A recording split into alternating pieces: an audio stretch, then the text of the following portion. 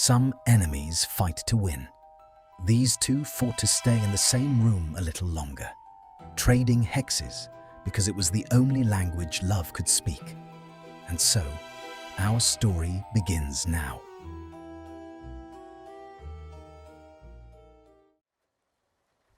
The curse came at her low and fast, a whip of red light that hissed like water thrown on hot iron, and Hermione Granger dropped beneath it without deciding to.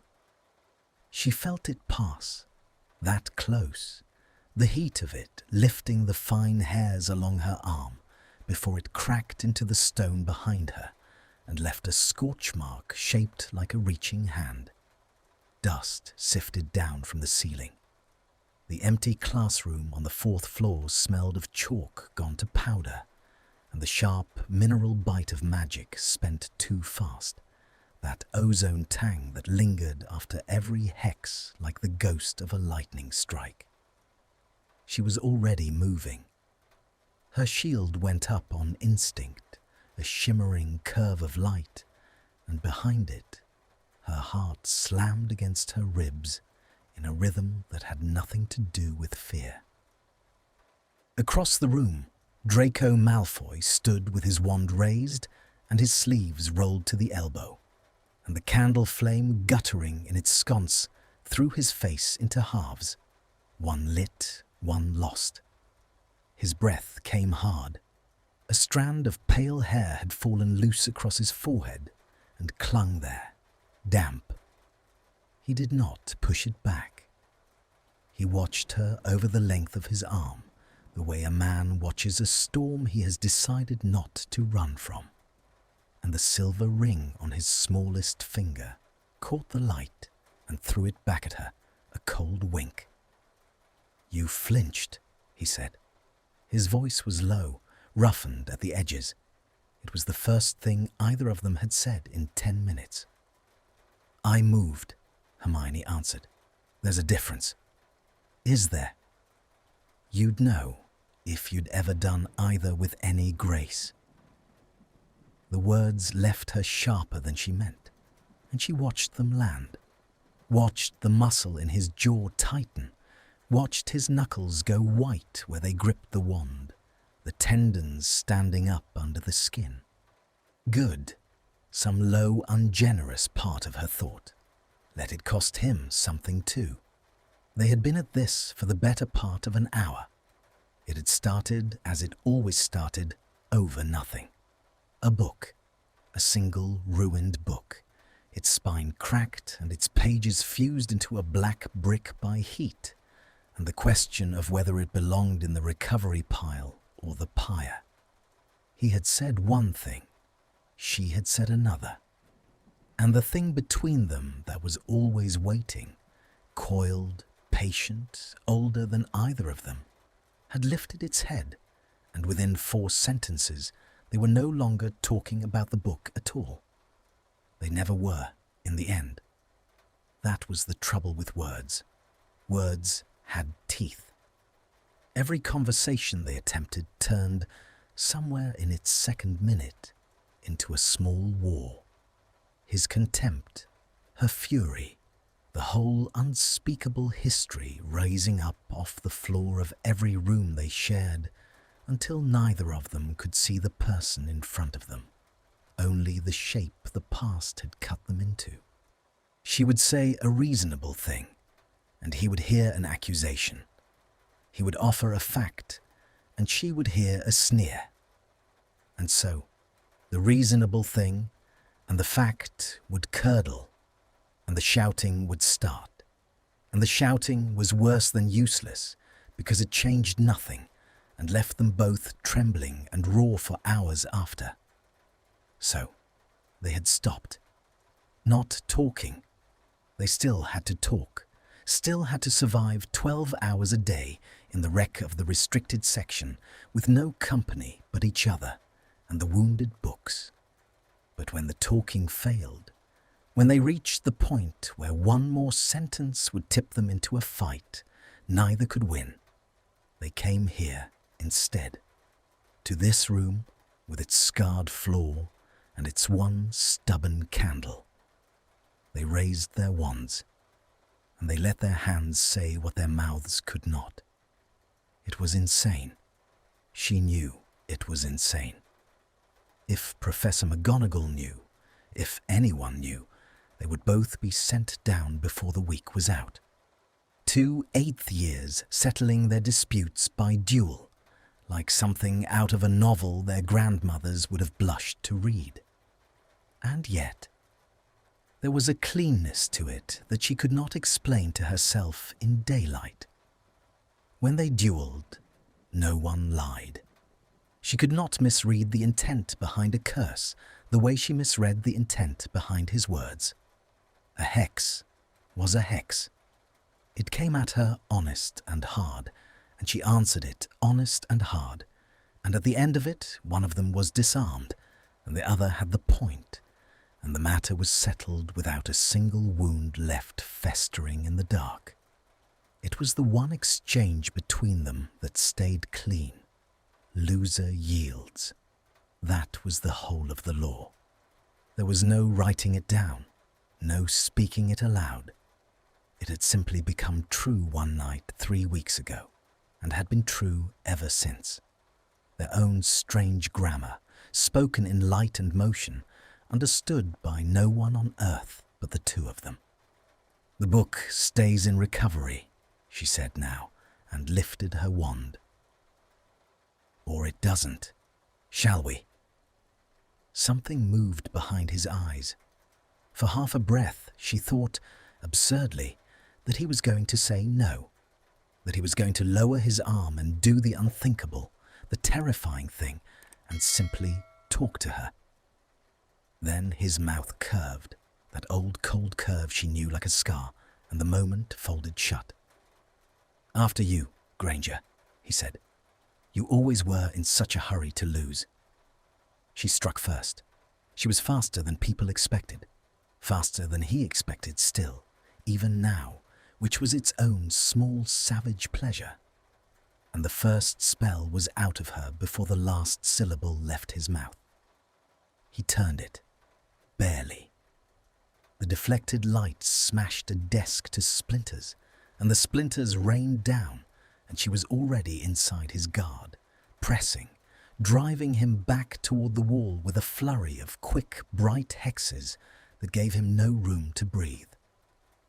This was the part she could not admit to, not even alone, not even in the dark of her own head where no one could hear.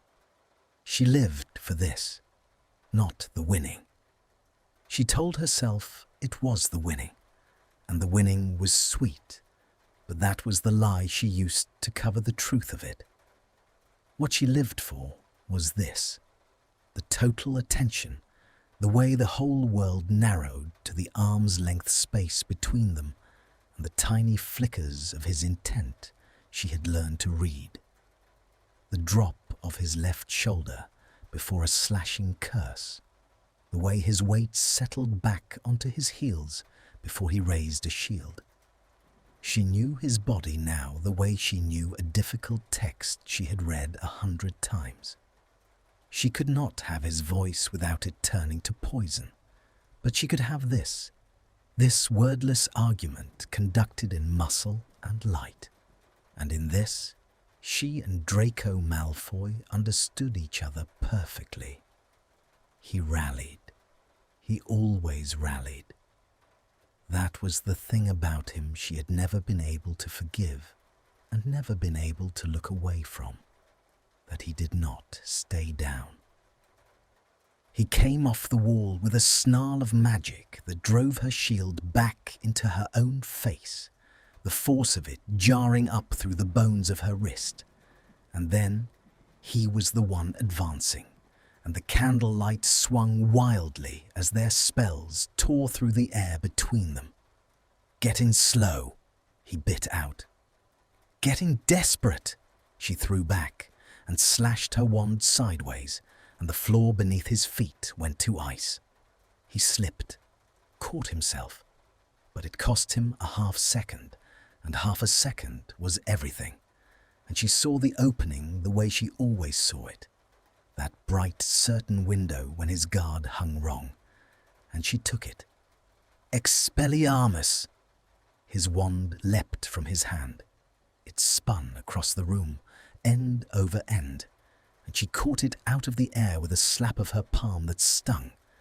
And then the room was very quiet and very still, and the only sound was the two of them breathing.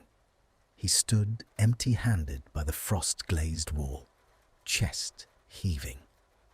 That loose strand of hair still stuck to his forehead. And he looked at her, not at his wand in her fist, but at her face. And something crossed his own that she could not name and did not have a category for. It was not anger.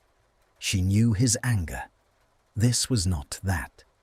It was there and gone in less than a second, smoothed over so fast she half wondered if she'd invented it.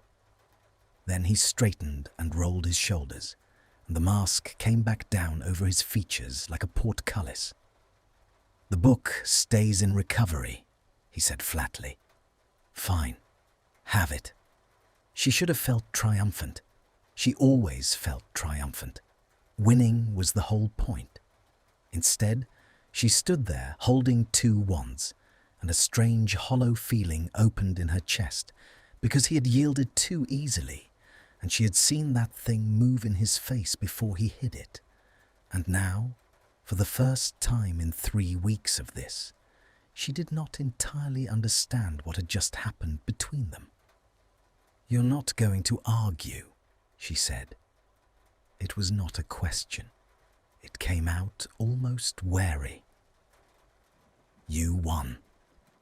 He crossed the room, and she tensed without meaning to, but he only held out his hand for his wand, palm up, the silver ring gleaming. "That's how it works, isn't it?" For a moment, neither of them moved. She was aware, suddenly and inconveniently, of how near he stood, of the heat coming off him after the exertion, the faint scent of him under the ozone. Clean, cold, something like winter, and something like the inside of an old library, cedar and dust and rain-soaked wool. His hand hung open between them, waiting.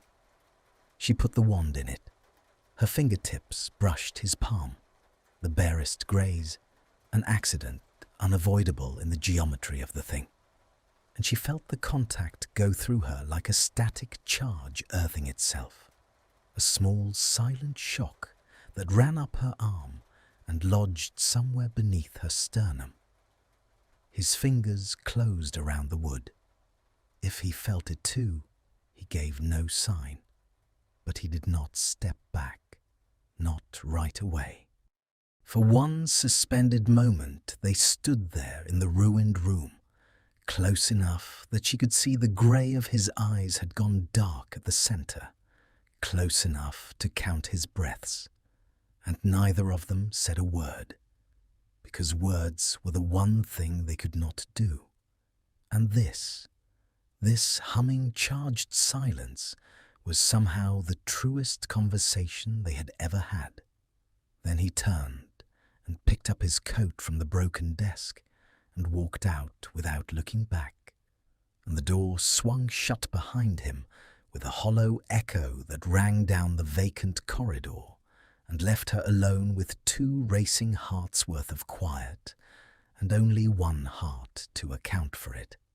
Hermione stood a long time in the guttering candlelight, her palms still tingling where his fingers had been, and told herself it meant nothing at all. She would realize much later, already lying. The books remembered the fire. Hermione had learned this in her first week among them, that a volume half consumed by fiend fire did not simply sit and wait to be mended. It flinched. It carried the memory of burning in its warped boards and its blistered leather, and when she reached for one too quickly, it would shudder under her hand, pages twitching like the flank of a beaten animal, and and she had to slow herself, gentle herself, lay her palm flat and still against the cover until the thing beneath it stopped trembling and decided to trust her. She thought about that often, working across the long tables from Draco Malfoy in the grey underwater light of the restricted section. She thought about how the most damaged things were the ones that shied hardest from being touched. She did not examine why the thought kept returning. She only laid her hands flat and waited and coaxed the wounded volumes back toward wholeness, one careful hour at a time. It was slow, close work, and it forced a strange intimacy of silence on them.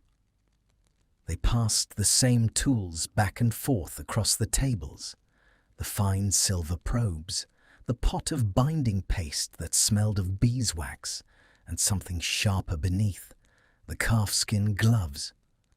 They learned each other's rhythms out of necessity. When she needed the paste, he slid it toward her without being asked. When he reached for the shears, she had already set them within his grasp. It should have been companionable. Between anyone else, it would have been. Between them, it was a held breath. Because the silence was not peace. The silence was a truce, and both of them knew it, and both of them knew how thin the ground beneath the truce could be. One wrong word, and the whole afternoon's fragile quiet would go up like dry parchment. So they said as little as possible, and what they said carefully, weighing each syllable before they let it go. And even then, it wasn't enough. Even then, the words found their edges and cut, because the words came out of a history that had never been cauterized and never would be. She knew the shape of that history. She carried it in her own body. There was a scar on the inside of her left forearm, silver white now, that she kept covered with her sleeve at all times. And she had learned in these weeks that if she rolled that sleeve too high, reaching, stretching for a top shelf, his eyes would go there, to the covered place, and then away, fast, as though he'd been burned. He never looked long, but she felt each glance land, and each one opened the same door onto the same room in a house she never wanted to think of again. And she would tug the cuff down over her wrist with quick, sharp fingers, straightening what did not need straightening, and turn back to her work with her jaw set hard. He never spoke of it, not once. And she had decided in the private court of her own mind that his silence was cowardice, that a braver man would have said something, would have found the words, however inadequate, to lay down between them like a plank across a chasm. She was wrong about that. She would understand eventually that she was wrong. But it took her a long time, because his particular kind of guilt did not speak. It did other things. She noticed the other things without knowing what she was noticing. She noticed that he had, at some point, without a word, started leaving the recovery pile arranged differently. The fragile volumes moved to the bottom, the sturdy ones stacked on top, where their weight would not crush what lay beneath. She had done that the first day, and he had scoffed at the fussiness of it. And then a week later, she'd come in to find he'd done it himself, was doing it every evening, and had never once mentioned that he'd changed his mind. She noticed that when a passing member of the restoration crew made some low remark to her, the kind of remark that still came sometimes, muttered, ugly, aimed at the war hero mudblood cataloguing books beside the Death Eater's son, Malfoy's hand would go still on the table, just still, the pen stopping mid-stroke, the knuckles paling, and the man would move on, never knowing how close he'd come to something, and Malfoy would resume his work as if nothing had happened, and she would pretend she had not seen his hand. She noticed that he had memorized the way she took her tea. No sugar, too strong, the leaves left in too long because she always forgot them, and that a cup of it appeared at her elbow, correct in every particular, on the mornings she came in, looking as though she had not slept. He never handed it to her. He never said, "Here." It simply arrived, set down at the edge of her vision while her back was turned, and by the time she noticed it, he was 3 tables away with his own cup and his eyes on his work. And to thank him would have been to acknowledge it, and to acknowledge it would have broken something. So she drank it in silence, and he let her, and that was the whole of the transaction. These were not the acts of a man at peace with himself. She could see that if she let herself look, which mostly she did not. A man at peace did not flinch from a covered wrist. A man at peace did not go so carefully quiet when cruelty passed near her, as though he had appointed himself some silent, unwanted sentinel, and could not stop, even though he knew he had no right to the post. His conscience was not asleep. It simply had no mouth. Everything it had to say it said in his hands, in the rearranged books and the correct tea and the stillness that came over him at the wrong moments. And she did not yet know how to read that language, and so she read cowardice instead, and was unfair and did not know it. The fight that afternoon started over a catalogue entry. It was nothing. It was less than nothing. A single line describing the provenance of a hexed grimoire, and she had written it one way, and he had read it and said flatly, without looking up, "That's wrong. It is not wrong. The acquisition date's wrong. It came to the collection in 62, not 67. It's in the Black family ledger. And I'm to take your family's ledger as gospel, am I?" The words were out before she could weigh them, sharp and reflexive, and she heard how they sounded, even as they left her. Heard the old accusation folded inside them. Your family, your kind, that house, that name.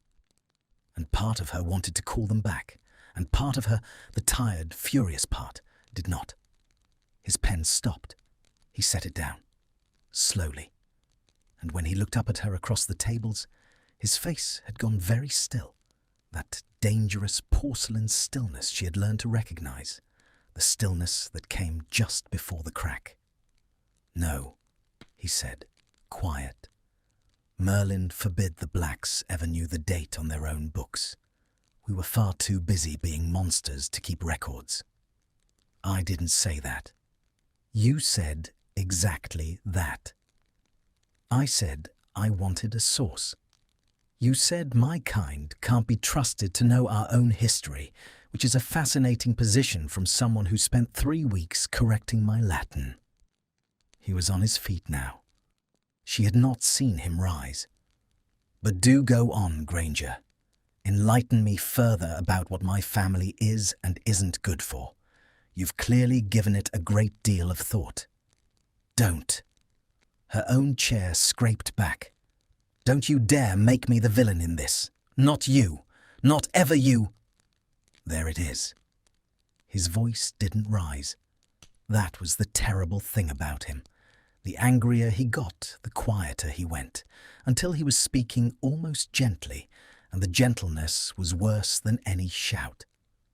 "The one card that always wins. You never even have to play it well. You just have to hold it, and I fold every time, don't I? Isn't that the arrangement?" "That is not." Her breath caught. Her hands were shaking. She flattened them on the table to still them. You have no idea. You have no idea what it costs me to be in this room with you every single day and pretend. Then don't pretend. Something raw moved under the porcelain, just for an instant. Nobody's asking you to pretend. God knows I'm not. To pretend that I'm fine, that it doesn't. She stopped. Her voice had cracked and she hated it, hated that he'd heard it, hated the hot pressure building behind her eyes that she would sooner die than let fall. Every time you open your mouth, I'm back in that room. Every time. And you get to just stand there and say nothing and rearrange the books. The last word came out wrong, too loud, and it seemed to surprise them both. He went very white, whiter than the fight could account for. And for one moment, one single suspended moment, she saw all the way down through the porcelain to whatever lived beneath it. And it was not contempt, and it was not anger, and she had no name for it because she had never let herself imagine it might be there. It was the look of a man who had been struck exactly where he already knew the wound to be. And then, before she could speak, before either of them could say the thing that could not be unsaid, his hand went to his wand. Not to draw it on her. She understood the gesture at once, in her body, before her mind caught up. It was not a threat. It was an offer. It was the only offer either of them knew how to make. He held it up between them, wand loose in his grip, and he said, in a voice scraped almost to nothing, "Fourth floor, now, before one of us says something we can't take back." Her chest was heaving. The tears had not fallen. She would not let them fall. "Yes," she said, and she reached for her own wand, and the terrible pressure in the room found its channel, and they went, the two of them, half a corridor apart, not looking at each other, up through the wounded castle toward the one room where they could hurt each other cleanly, because it was the only place left where the hurting didn't leave a scar, and because neither of them yet understood that they had already begun, weeks ago, without meaning to reach for each other in the dark with hands that had forgotten how to make a fist. The ritual had rules that no one had ever written down. Hermione discovered them the way you discover the rules of a language you were never taught, but somehow speak, by feeling for the edges of what was allowed and flinching back from the places where the ground gave way. There were things you did in that fourth-floor room, and things you did not do, and both of them had learned the whole unspoken catechism without exchanging a single word about it. You did not use anything that could not be undone. That was the first law, and the deepest. No dark magic, nothing that scarred, nothing that left a mark the morning would have to explain. What they threw at each other was ferocious but honest, disarming charms, shield breakers, the hard, bright spells of a formal duel pushed to their outer limit. And the limit was always the same limit, the one past which real harm began, and neither of them had ever crossed it.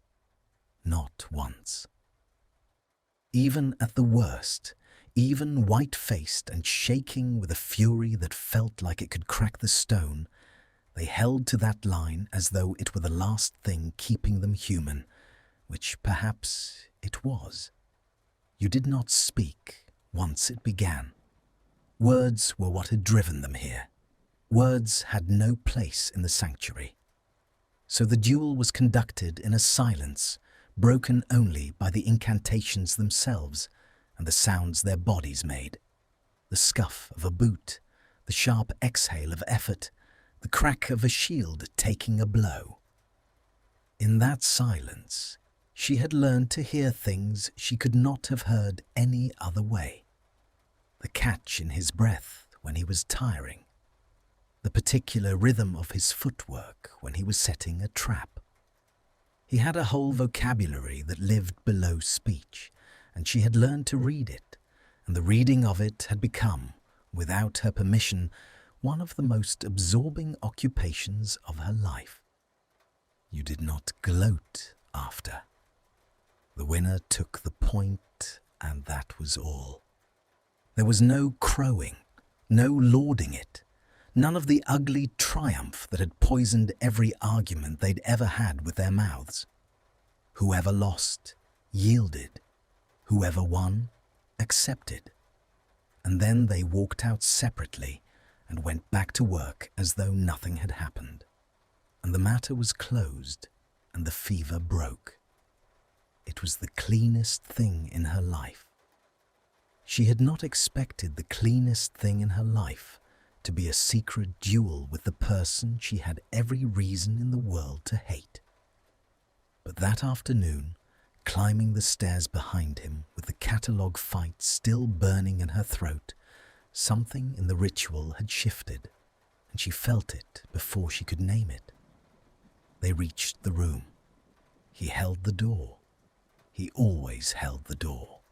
Some reflex of a manners-drilled childhood that survived even his fury, and that she found against every instinct unbearably strange to receive from him.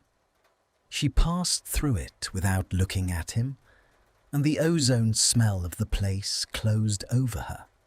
The old scorch marks on the walls, the one stubborn candle already lit, though neither of them had lit it. And she took her place at one end of the scarred floor and turned to face him and raised her wand. He raised his.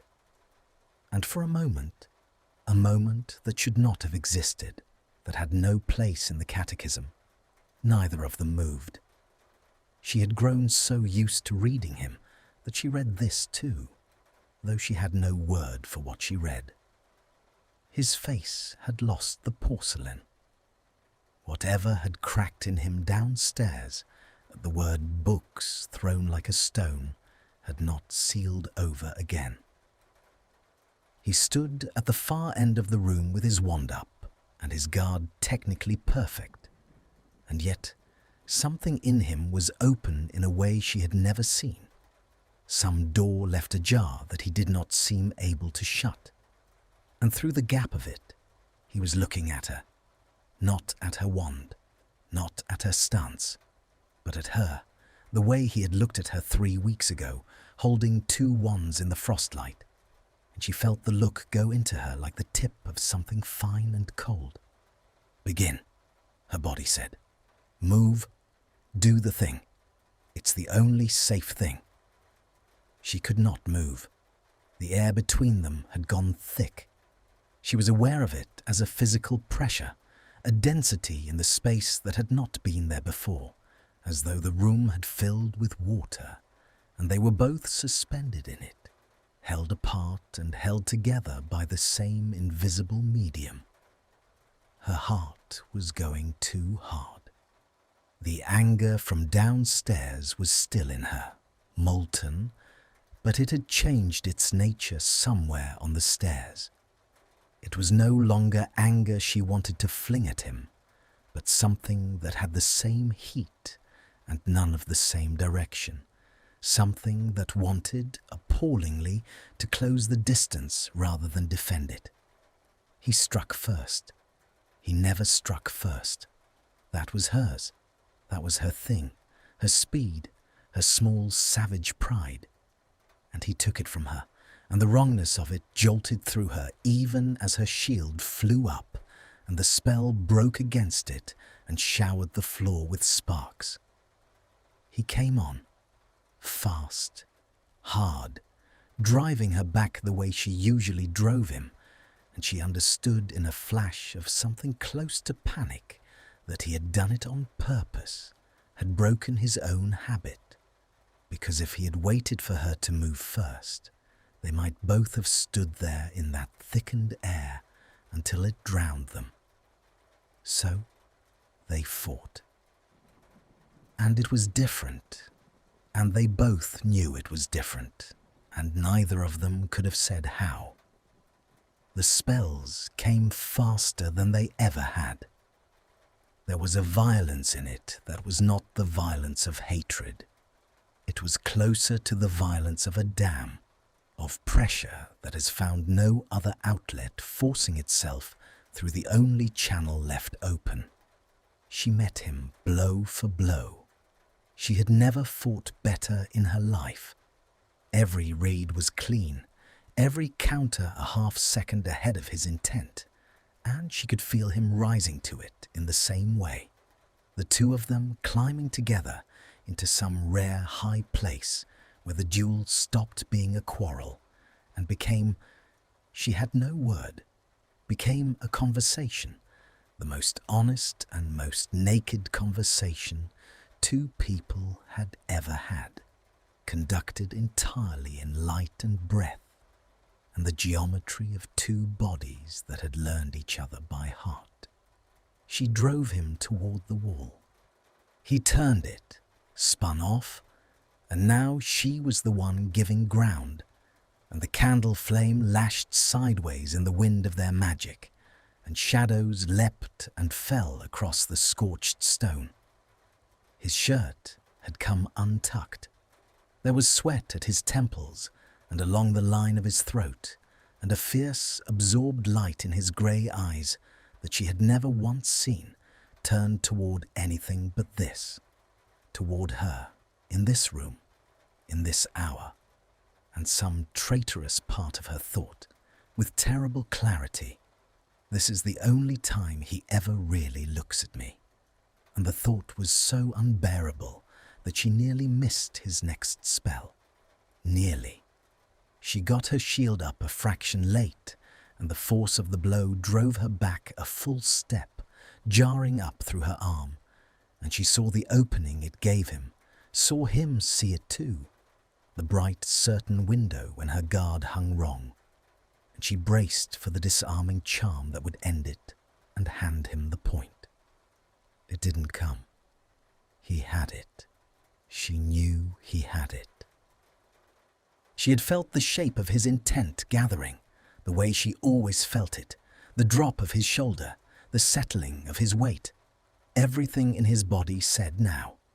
And then, in the last half-second, something in him swerved. The spell that left his wand went wide. Not by much, just enough. It cracked into the wall a hand's breadth from her head and left a scorch mark and did not touch her, and the opening closed and the duel went on. She almost stopped right there. "You missed," her mind said, incredulous. "You never miss. You had it and you missed." But there was no time to think, because he was pressing again, harder now, as though to bury what had just happened under sheer momentum, and she had to fight or fall, and so she fought. But a part of her had gone cold and watchful even in the heat of it, cataloguing, because Draco Malfoy did not miss shots like that, had never in 3 weeks missed a shot like that, and the fact that he had just missed one when winning was within his grasp meant something, and she did not know what, and the not knowing lodged in her like a splinter. They ended it a minute later, and it ended the way it should never have ended. Neither of them won. She had him against the wall, and he had her wrist line broken, and they were both, in the same instant, in a position to be disarmed, and neither of them cast. They simply stopped. Wands up, points a few inches apart, close, so close, close enough that she could feel the heat coming off him and see her own reflection tiny and wild-eyed in the dark of his pupils. And they stood there, breathing each other's breath in the wreck of the candlelit room, and the point went unclaimed, and the stalemate hung between them like a struck bell that will not stop ringing. She should have stepped back. She did not step back. He was so close. The static of the spent magic still crawled over her skin, lifting the hair on her arms. And beneath it, cutting through the ozone, she could smell him. Cedar and cold rain and clean sweat, and something warmer underneath that was only him. And her wand arm had begun, very slightly, to tremble. And it was not from the effort. And she knew it was not from the effort. And she was terrified he would see. His eyes dropped, from her eyes to her mouth. She felt it happen like a touch. And then, low and rough, close enough that she felt the words more than heard them, he said the first thing anyone had said since the door closed. "Granger, why didn't you take it?" Because she'd had the same opening he'd had. Because she'd let hers go too. She had not admitted it to herself until he said it. And now it was out in the air between them, undeniable. They had both, in the same breath, refused to win. And the meaning of it sat there enormous and unspoken and impossible to look at directly. Her mouth had gone dry. Her wand was still up. His was still up. Neither of them lowered them, because to lower a wand was to end the duel, and to end the duel was to have no reason left to stand this close. And standing this close was suddenly the only thing in the world either of them wanted, and the one thing neither of them dared to name. "I don't know," she whispered. It was the truest thing she had ever said to him, and it was a lie. And they both knew it was a lie. And he was close enough now that when his breath left him, she felt it stir against her lips, and the candle burned down another 16th of an inch, and the whole of the wounded castle held its breath around them, and neither of them moved to close the last small distance, and neither of them moved to widen it, and the point went forever unclaimed. Nothing happened. That was what she told herself, walking back down through the castle alone that night, with her wand cold in her fist, and her mouth still full of the ghost of his breath. Nothing had happened. They had fought to a stalemate, which was unusual but not impossible, and they had stood too close for a moment, because duels ended in close quarters, and he had asked her a question, and she had given a foolish answer, and then sanity had returned. One of them had stepped back. She could not afterward remember which. It hardly mattered which. What mattered was that the distance had reopened and the door had closed, and they had walked out separately as the ritual demanded, and nothing had happened. She repeated it to herself like a charm against the dark. Nothing happened. And the more she repeated it, the more she understood that it was the largest lie she had ever told, because something had happened, something enormous, and it had happened in the exact place where nothing was, in the space they had not closed, in the words they had not said, in the two disarming charms they had both chosen not to cast. The nothing was the event. The nothing had teeth. She did not sleep. She lay in the 8th year dormitory with the curtains drawn around her bed and the old castle settling and ticking in the cold. And she turned the day over and over the way she turned a wounded book, feeling for the warp in it, the place where the heat had gotten in. You had it and you missed. She kept coming back to that. The wide shot. The spell that had swerved a hand's breadth from her head when he could have ended the duel clean. She had watched Draco Malfoy for 3 weeks with the total absorbed attention she had once given only to books.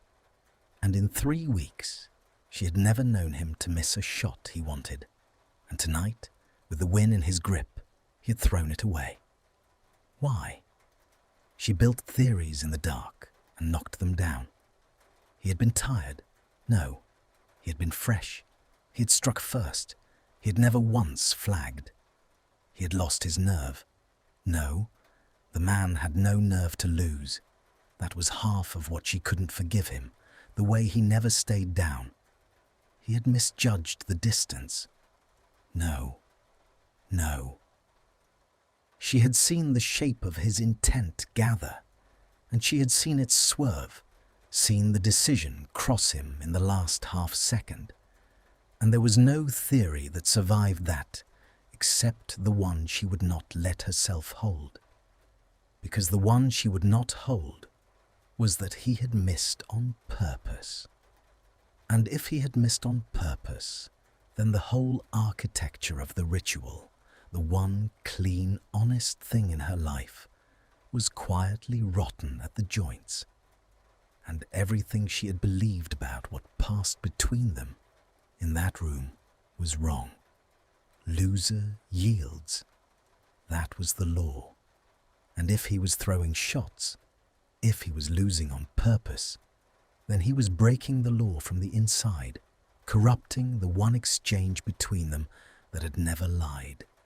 And she could not bear it, she found.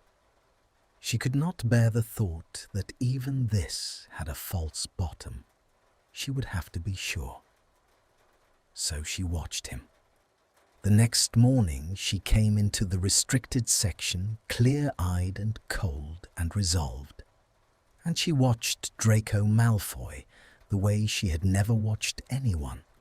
Watched him for the tells she needed, and hated herself a little for how easily the watching came, for how much of him she already knew by heart.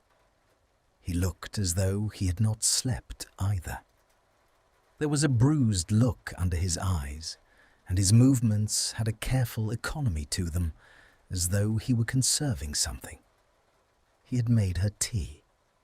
It sat at her elbow, correct as always, and she drank it without acknowledging it, and watched him over the rim of the cup.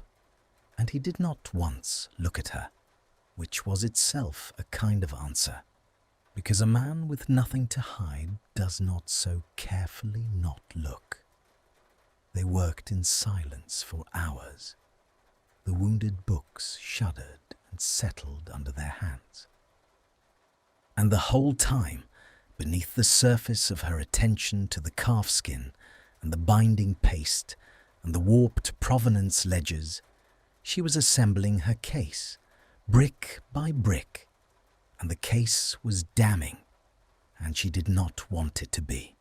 She thought of the frost light 3 weeks ago, the very first time. How he had yielded too easily, how the thing she couldn't name had crossed his face. She had thought at the time that she'd invented it. She was no longer sure she'd invented it. She thought of yesterday's stalemate. She had assumed, because it was easier, that they had both been swept up in the same strange current, both refused to win for the same nameless reason. But what if that was vanity? What if only one of them had refused? What if he had thrown his shot and she, flattered, undone, wanting it to be mutual, had frozen in answer and called her own paralysis a choice? The splinter went deeper. Because here was the thing she could not get past, the thing that turned the whole matter from a puzzle into an injury. If he was losing to her on purpose, then he was managing her, handling her, deciding in the privacy of his own head that she was to be conceded to, that the point was to be given to her like a sweet given to a child to stop it crying, like the tea, like the rearranged books, all of it, one long condescension dressed up as combat. and that was intolerable. That was so much worse than losing. She would rather he beat her bloody in that room every single day than discover that he had been letting her, softening his hand, playing at a fairness he did not mean while secretly pulling every strike. Because that would mean the one place they had ever been equal was a fiction he had authored, and she the only one who had believed it real. She did not consider, she was not ready to consider, the other reading. That a man does not throw a fight he can win in order to condescend to his opponent. That condescension keeps the win and grinds you under it. That is the whole pleasure of condescension. A man throws a fight for the opposite reason. A man throws a fight because winning it has become the thing he cannot bear. Because the win ends the encounter, and the encounter is the only hour of his day worth living. Because he would rather lose to you 1,000 times than watch you walk out of the room 1,000 times the moment the duel is done. She did not consider it. It was too close to the thing she was refusing to hold about herself, and so she built the other case instead, the case for condescension, the case for injury, because injury she knew how to feel, and the other thing she did not. By afternoon, she had wound herself so tight that her hands had begun to make small mistakes. The paste laid on too thick, a probe set down hard enough to rattle. And across the tables, he had begun to feel it. She saw him feel it. He kept glancing at her now, quick, sidelong glances he thought she didn't catch, and each one had a question in it, a wariness, because he had learned to read her too, and what he was reading in her was a storm gathering, and he did not know what it was about. The break came over nothing, as it always came over nothing. He reached across her for the shears, a thing he had done 100 times, a thing she had made easy for him 100 times by setting them in his reach. And his hand closed on empty table because she had not set them in his reach, because for the first time in weeks she had left them by her own elbow. And the small unconscious withdrawal of that courtesy was so loud between them that they both went still. He looked at the empty place where the shears should have been. Then he looked at her. "What did I do?" he said. "Not what's wrong, not what happened. What did I do?" The question of a man braced for it to be his fault. A man so used to being the wound in every room that he reached for the blame before anyone offered it. And on any other day, the reflexive guilt of it might have softened her. Today, it did the opposite. Today, it lit the fuse, because it was one more thing she could not read, one more gesture with a false bottom, and she was so tired of false bottoms. "Yesterday," she said. Her voice came out low and hard. "In the room." Something shuttered in his face. "What about it?" "You missed." The silence that came down then was a different silence than any they'd shared. She watched it happen, watched the wariness in him crystallize into something rigid, watched his knuckles pale where his hand still hung over the empty table. "I don't know what you mean," he said, and it was the worst possible thing he could have said, because it was a lie, and it was a bad lie, and she heard the badness of it, and something in her chest went cold and furious and grieved all at once. "You had the opening." She was on her feet now. She didn't remember rising. "The shield break. My wrist was gone. My guard hung wide. You had a clean disarm, and I watched you throw it into the wall. You don't miss, Malfoy. I have watched you for 3 weeks, and you do not miss shots like that. So don't." Her voice cracked, and she hated it. "Don't stand there and tell me you don't know what I mean." He had gone very white. He did not deny it again. That was almost worse, that he simply stood there and took it, silent, his jaw working, offering her nothing, retreating into the wordlessness that was the only defense he had. "Say something," she demanded. "Nothing. Say something. Explain it, because there are only two things it can be." She heard herself getting louder and could not stop. The sleepless night and the splinter and the intolerable not knowing were all coming up her throat at once.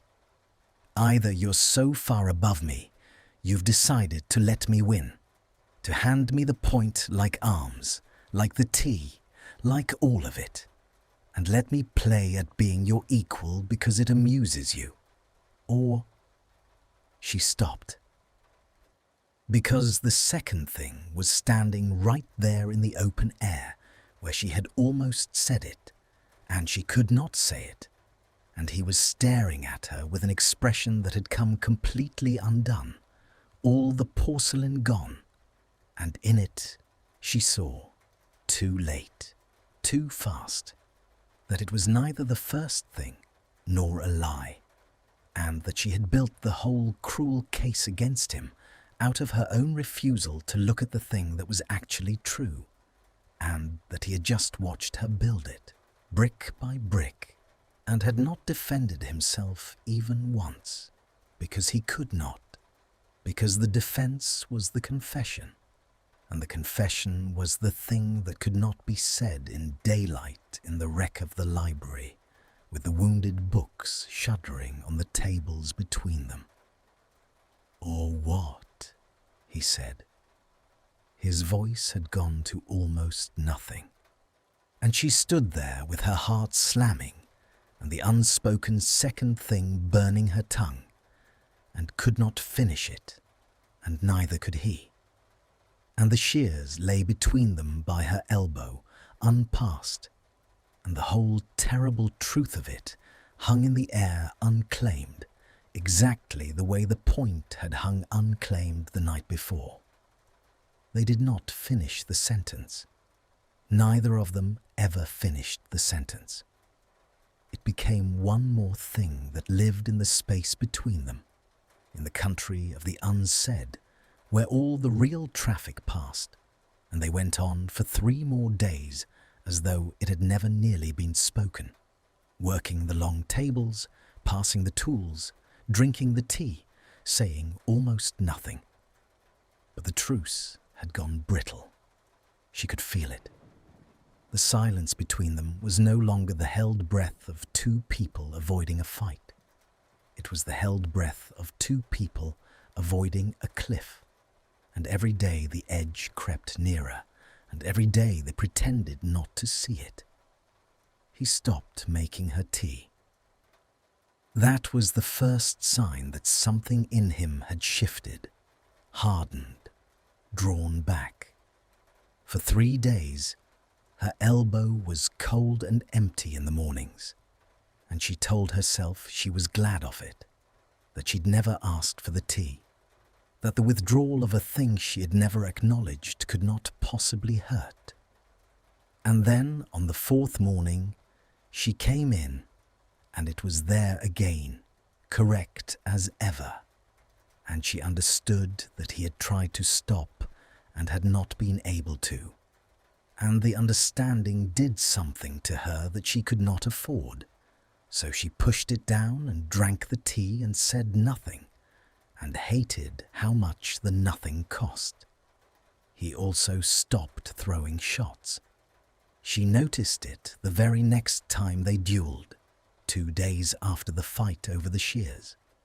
It was a small dispute, the ordering of a shelf, the kind of thing they could not resolve with words without bloodshed, and they climbed to the 4th floor with the old ozone-charged formality, and she went in braced and watchful, determined to catch him at it again, determined to prove her case. And he beat her. He beat her cleanly and without mercy in under 2 minutes, disarming her with a hard, fast sequence that gave her no room to breathe and no window to exploit. And when her wand leapt from her hand and clattered against the wall, he did not look at her mouth, did not stand too close, did not ask her why she hadn't taken anything. He simply lowered his wand and said, flat as the stone floor, "Shelf stays as I ordered it," and turned and walked out and left her standing in the candlelight with her heart pounding and her whole cruel theory in ruins around her feet. Because that was the thing.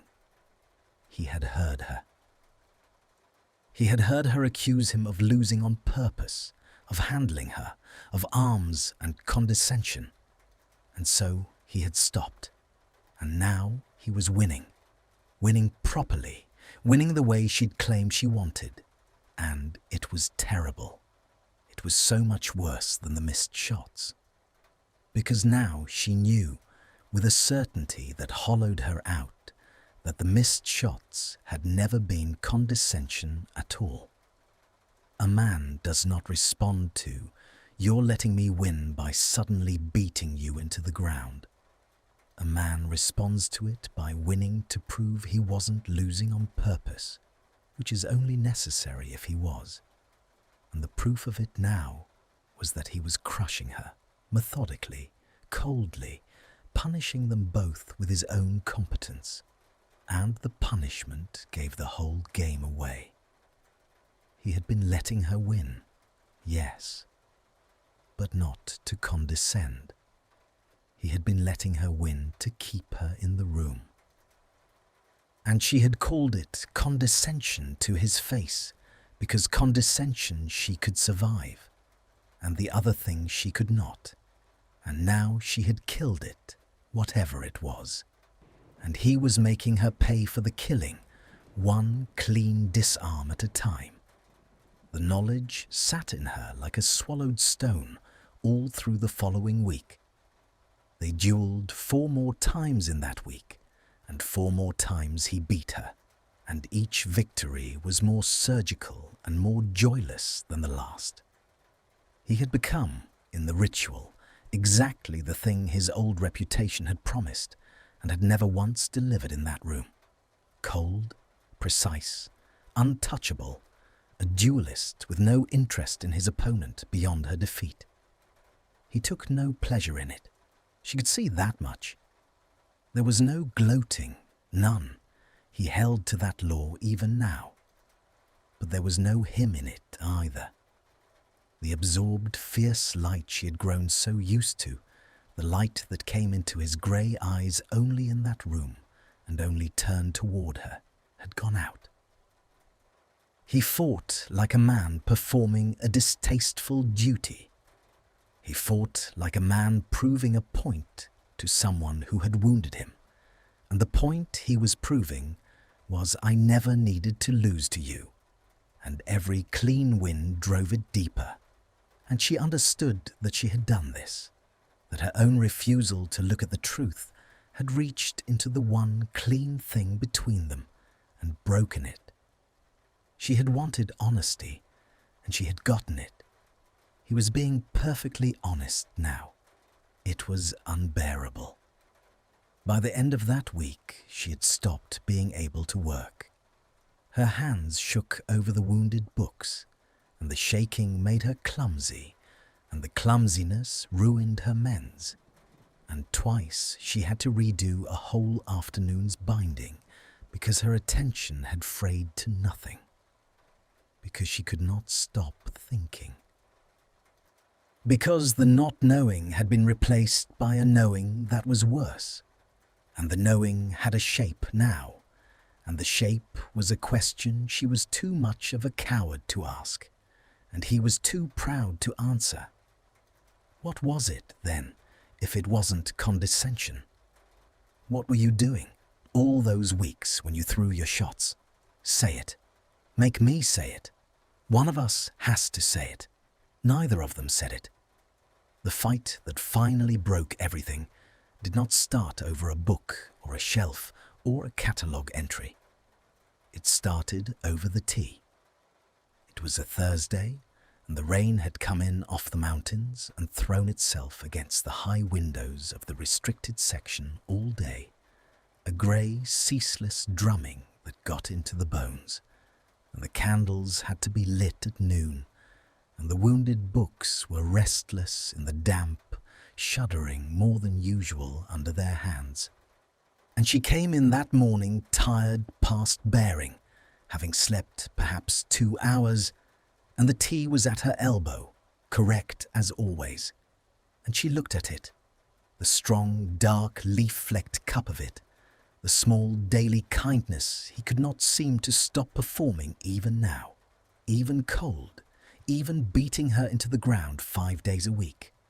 And something in her simply gave way. She picked it up and set it down again, hard on the far side of the table, out of her own reach, out of the reach of whatever it meant. "Stop," she said. He looked up, across the tables in the grey rainlight, with the candle throwing its unsteady gold across half his face. "Stop what?" "The tea. Stop making the tea." Her voice was not steady, and she could not make it steady. "If you're going to be like this, if this is what we are now, then stop. Stop making me tea and beating me stupid and pretending those are 2 different things. Pick one. You don't get both. You don't get to hand me kindness with one hand and take everything else back with the other. I can't." She stopped, breathed. "I can't read you when you do that. I can't read you at all anymore. And I used to be the only person who could." The last sentence surprised her. It had come out of somewhere she had not authorized, and it landed between them naked and true, and she watched it land, watched him go still, watched the porcelain crack for the first time in a week and a half. "You want to read me," he said, very quietly. "I want you to stop if you don't mean it. You want to read me." He set his own pen down, rose, and there was something coming loose in him now, something that had been screwed down hard for 11 days and was beginning, dangerously, to slip its threads. "That's rich, Granger. That's genuinely rich. You had me read. You had me read cover to cover, and you decided the book said condescension. You stood right there and told me I was giving you alms. And now you want to complain that you can't read me, when the reason you can't is that I finally started letting you win at the thing you actually wanted, which was never the bloody duel. Then what was it?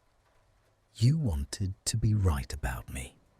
You wanted me to be exactly the thing you already hated, because that's simple, isn't it? That's clean. You know how to feel about that. And I wouldn't be it. I kept not being it. So you built a version of me that would, out of 2 missed shots and a cup of tea, and you told it to my face, and then you have the gall to stand there in the rain and tell me you can't read me." He was shaking. She had never seen him shake. His hands were white-knuckled at his sides, and there was a wildness in his eyes that had nothing cold left in it at all. And the rain hammered the windows, and the candles guttered, and the wounded books trembled on the tables between them. "I read you fine," she flung back, and her own hands had gone to fists. "I read that you're a coward who'd rather beat me bloody than tell me one true thing. I read that you'll rearrange every book in this room and make me tea until the world ends, and never once open your mouth and say what any of it is for, because saying it would cost you something, and God forbid Draco Malfoy ever pay for anything. You want to know what it's for? Yes. Fine." His chest was heaving. The word came out of him like something torn. "Fine. You want the truth so badly. Loser does whatever the winner says. Not the point, not the shelf, not the book, not the bloody catalogue entry. Anything. The winner names it, and the loser does it, whatever it is. Those are the stakes. Right now. Today. His voice dropped, ragged, furious, and utterly reckless. You think you can read me? You think you want to know what all of it is for? Then win. Beat me. And I'll tell you anything you want to know, and you'll do anything I say, and we'll finally stop lying to each other in this room. He heard it the same moment she did. She saw it hit him, saw him understand what he had thrown down, the sheer scale of it. Anything. No line, no law. The whole careful architecture of the ritual demolished in a single reckless sentence. And she saw his mouth open to take it back, to pull it into something smaller and safer. Done, she said, before he could. Because she was too proud to let him retract it. Because 11 days of unbearable cold had brought her to a place past sense. Because anything meant she would finally have him where the truth had nowhere left to hide. And because some part of her, some part she still would not look at directly, had heard anything and understood, with a lurch beneath the sternum, exactly what she would ask for if she won. And it was not humiliation, and it terrified her, and she said, done anyway, and reached for her wand, and the rain came down like the sky had broken. The fourth-floor room had never felt like this. They came into it wet, not from the rain hadn't touched them, but from the sheer heat of what they carried up the stairs, sweat already standing at her temples, her pulse loud in her own ears. The candle was lit, as always, by no hand either of them owned. The old scorch marks watched from the walls. And the air, the moment the door closed, went dense in the way she had come to know, that thickened, suspended density. Except tonight, it was worse than it had ever been. Tonight, it pressed on her skin like the pressure before a storm breaks, because tonight, the stakes were not a shelf or a book or a line in a ledger. Anything. The word had come apart into all its terrible possibilities on the climb. Loser does whatever the winner says. She had turned it over and over and found no flaw to it.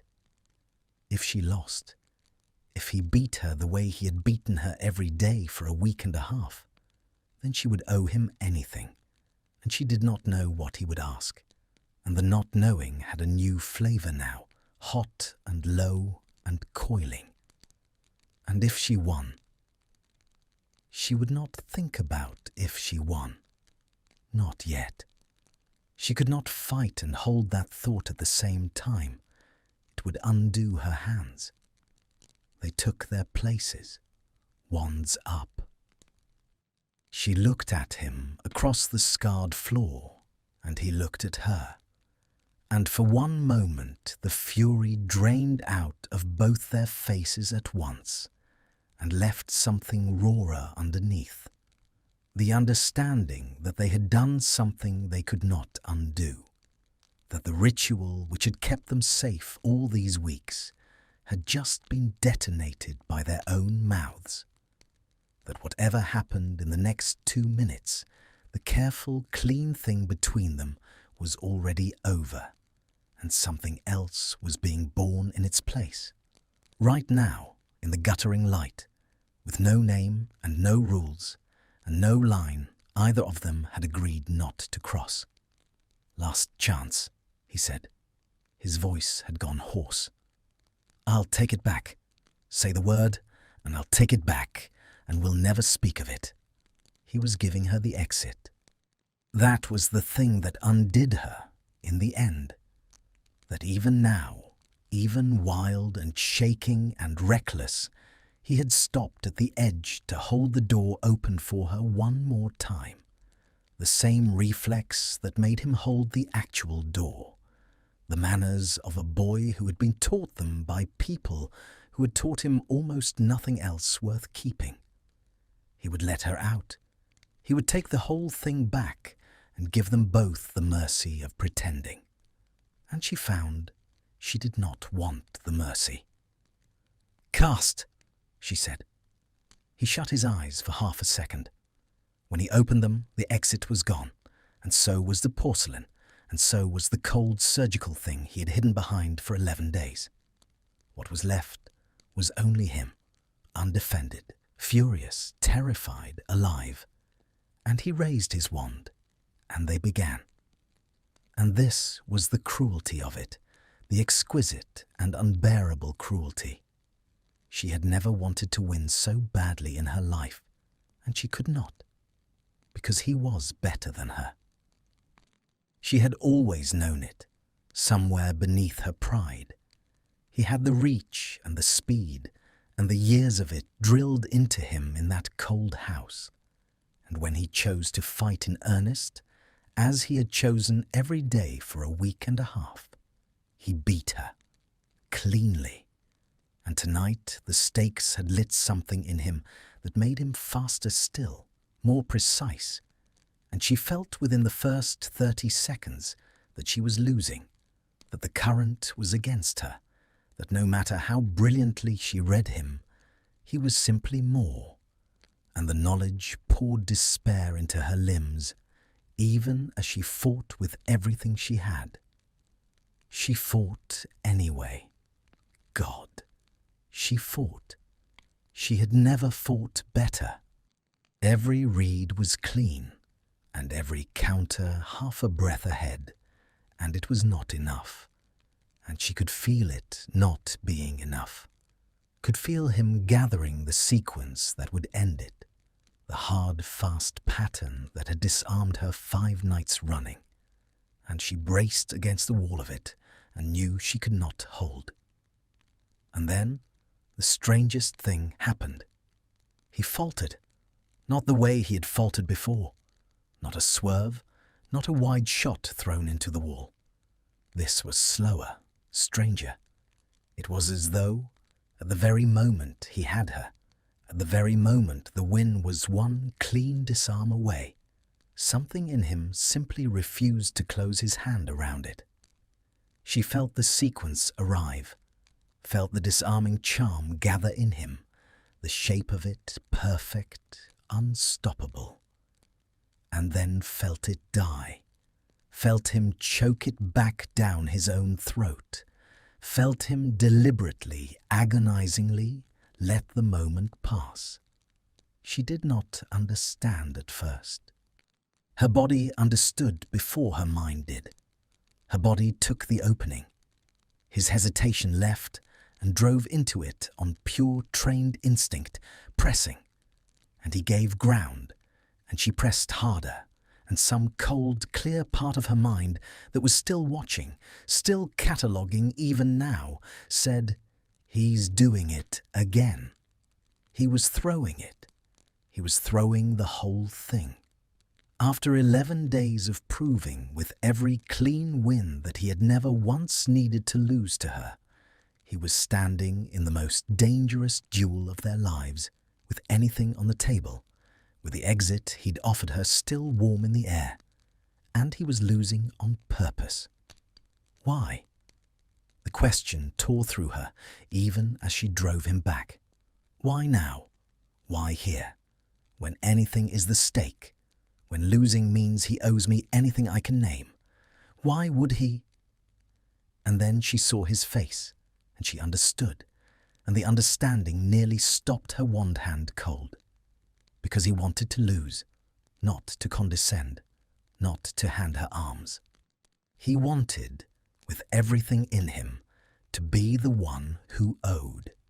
He had thrown down anything in a fury and then climbed the stairs and understood what he had actually done, that he had built a machine that would force one of them finally to speak the truth aloud. And he did not trust himself to be the one who spoke it, could not say it, would never be able to say it. The words too large and too terrifying, and 11 years too late. But he could lose. Losing, he knew how to do. If he lost, then she held the anything, and whatever she chose to do with it would be her doing, chosen freely, not extracted from her by his win. And if what she chose was cruelty, if she chose to humiliate him, to make him kneel, to take from him whatever petty payment 11 years of history entitled her to, then he would take it. He would take all of it, because he believed he had it coming, and because taking it from her hand was the closest thing to absolution he thought he would ever be allowed. He was not letting her win to keep her in the room. Not this time. He was letting her win because he could not bear to hold her fate in his hand, and would far rather hold his own in hers. She saw all of it cross his undefended face in the space of a single breath, and something broke open in her chest, something that had been sealed for weeks, and the anger went out of her all at once and left behind a tenderness so enormous and so unexpected that her eyes stung with it in the middle of the duel. He had made her tea. He had rearranged the fragile books to the bottom of the pile. He had gone still and white when cruelty passed near her. He had thrown his shots for weeks to keep her close, and then stopped, punishingly, when she'd accused him of the one motive he'd never had, and it had cost him. She could see now that it had cost him everything, and now, offered the chance to make her owe him anything, he was refusing it, was choosing instead to owe, to be the one at her mercy, because being at her mercy was the only way he knew to lay himself down. "You idiot," she thought, and it came out of her tender and grieving and half in love. "You beautiful, stubborn idiot. You've never once in your life been able to say a true thing out loud, so you've built a whole architecture of losing to say it for you. And I nearly missed it. I nearly built you into the villain again, because the villain is simpler. And you'd have let me. You'd have stood there and let me make you kneel and called it what you deserved." She could take the win now. He was handing it to her. All she had to do was cast, and he would fall, and she would hold the anything, and the truth would finally have nowhere left to hide. Her wand was up. His guard hung wide, genuinely wide now, undefended, offered. The window was open. It was the largest, clearest opening he had ever left her, and it was a gift, and they both knew it was a gift. And she understood in that suspended instant that if she took it, if she cast the disarming charm and let him lose the way he wanted to lose, then she would be doing to him the exact thing she had accused him of doing to her. She would be accepting the throne fight. She would be taking a win that had been handed to her rather than won. And every clean, honest thing the ritual had ever been would die in that acceptance, because the whole law of the thing, the deepest law, was that no one lied. And to accept a loss he'd chosen was to let his lie stand, to build their future on a fall she'd allowed. She could not do it. She would not let him lose on purpose any more than she could bear having done it to her. If they were going to end this, if the truth was going to come out at last, it would not come out of a fixed fight. It would come out honest, or it would not come out at all. So Hermione Granger did the one thing that had never once happened in that room in all the weeks of the ritual. In the middle of the duel, with the win being handed to her, with anything on the table and her wand raised, and his guard hanging open in offering, She lowered her wand. The candle flame steadied. The spent magic static crawled and settled.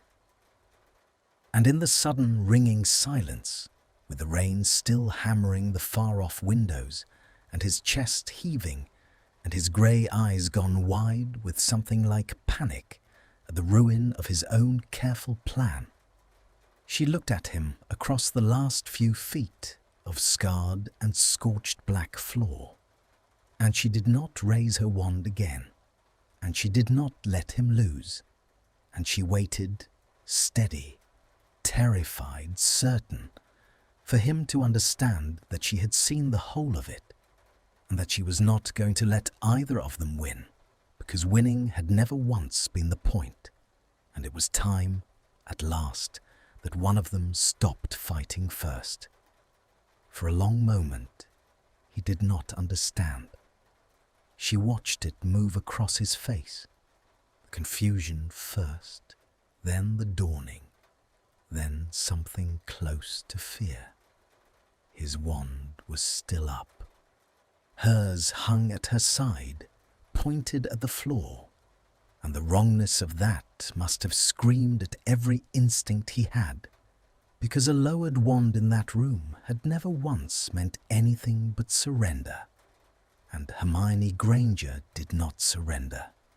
And yet, she was not surrendering. She was simply stopping, and there was no name in the whole grammar of the ritual for what she was doing. "Pick it up," he said. His voice had gone rough and low and unsteady. "Granger, pick up your wand." "No. You had the opening. I gave you the—" He stopped himself, but too late. The confession was already out, hanging in the ozone-thick air between them. He had said "gave." He had admitted it. His jaw clenched hard enough that she saw the muscle jump. "Take it. You want the truth so badly. Win, and I know you'd let me win." She said it gently, which was not a register they had ever used with each other, and she watched the gentleness land on him like a blow he did not know how to block. "I know. I saw it. I've been watching you for weeks, remember? I read that book cover to cover. You said so yourself. So I know exactly what you were doing just now, and I know why, and I'm not going to do it."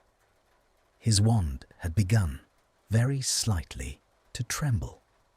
He was staring at her, as though she had performed some piece of magic he had never seen, some transfiguration that broke the laws he'd built his whole understanding on. "Why?" he said. Just that, the single word scraped out of him. "Because it would be a lie." Her own voice caught, and she let it catch. There was no point hiding it now. They were past all that. "The whole point of this room, the only reason I could ever bear it, is that in here nobody lies. A hex is a hex. It comes at you honest. And if I take a win you handed me, then I've let you lie to me in the one place you never have. And I won't. I would rather lose to you every day for the rest of my life than let you throw a fight and pretend you didn't."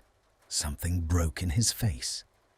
She had seen his anger, and she had seen his cold porcelain stillness, and she had seen, once or twice, the raw, undefended thing beneath both. But she had never seen this, and it undid her. It was not any single emotion. It was all of them at once, the whole 11 years' weight of it arriving in his face in a single instant with nowhere left to hide. And his mouth opened and no sound came out.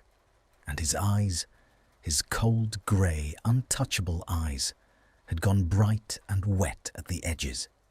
And he turned his head sharply away so she would not see, the way he always turned away from her covered wrist, the reflex of a man who had learned that the things that moved him most were the things he must never let show. She lowered herself slowly and set her wand down on the scorched floor. a small, deliberate sound, wood on stone. Then she straightened, empty-handed, and stood there in front of him with nothing between them. No wand, no hex, no ritual, no shield of any kind. And the terror of it was enormous. She had never, in all these weeks, been near him without a wand in her hand. Neither had he. The wand had mediated everything. It had made the closeness survivable, given the tremor a channel, let them say in light and motion what their mouths could not. And now she had put it down, and there was nothing left to conduct the current, and the whole charged weight of it had nowhere to go but into the small, unbearable space between their two bodies. "Pick it up," he said again, but there was no force in it now. It was almost a plea. "No, Granger, ask me what I want." She could barely get the words out. Her heart was going so hard, she thought he must be able to see it. "You said the winner names it. Loser does anything.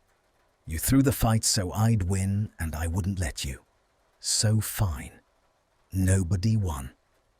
But you still want to know what I'd have asked for, don't you? You've wanted to know since the word left your mouth downstairs. I saw your face when you said it. You'd already started to wonder." She took one step toward him across the black, scorched floor. "So, ask me what I'd have named, if I'd let you lose." His wand hand had dropped. He was not aiming at her anymore. He was just holding the thing at his side the way she'd held hers, useless, forgotten. Two people who had spent weeks speaking a language they had suddenly and terrifyingly abandoned. "You'd have named something cruel," he said. And the awful thing was that he said it without bitterness, said it the way a man reads a verdict he agrees with, quietly, expecting it, almost relieved to have it come. "You should. You'd be within your rights. Anything you asked, after everything, I'd—" "Stop." She was close now.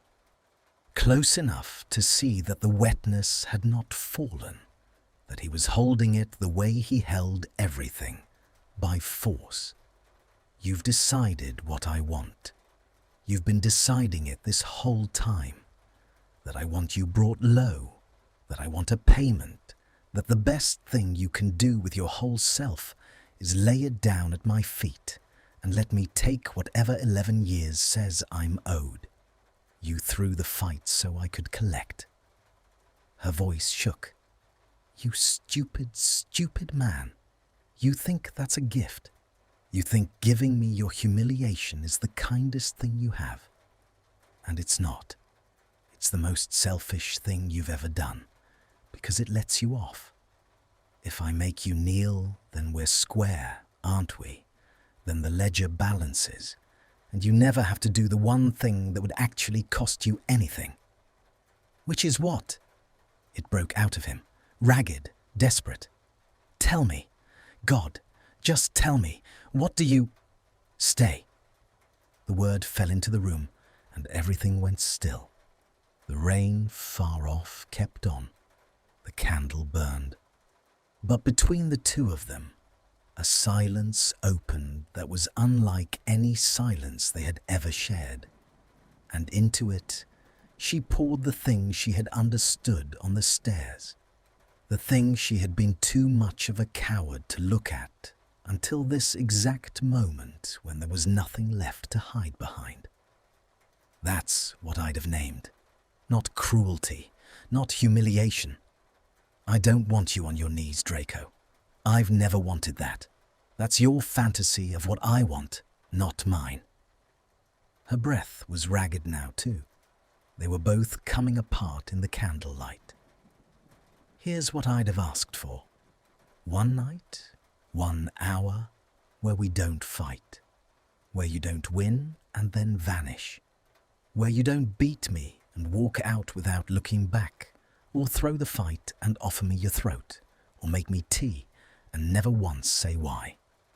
Where we just are, in the same room, not fighting, and you don't leave the second it's over. Her voice cracked all the way through.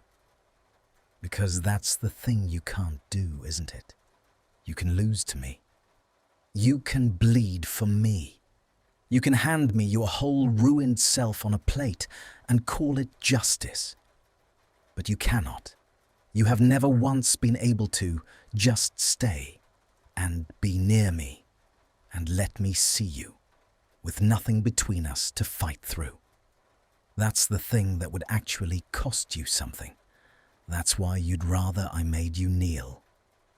He was staring at her, undone, wrecked, closer than a wand's length now, and she could see him understand it, could see it go into him and land in the place where the true wound was, the exact place.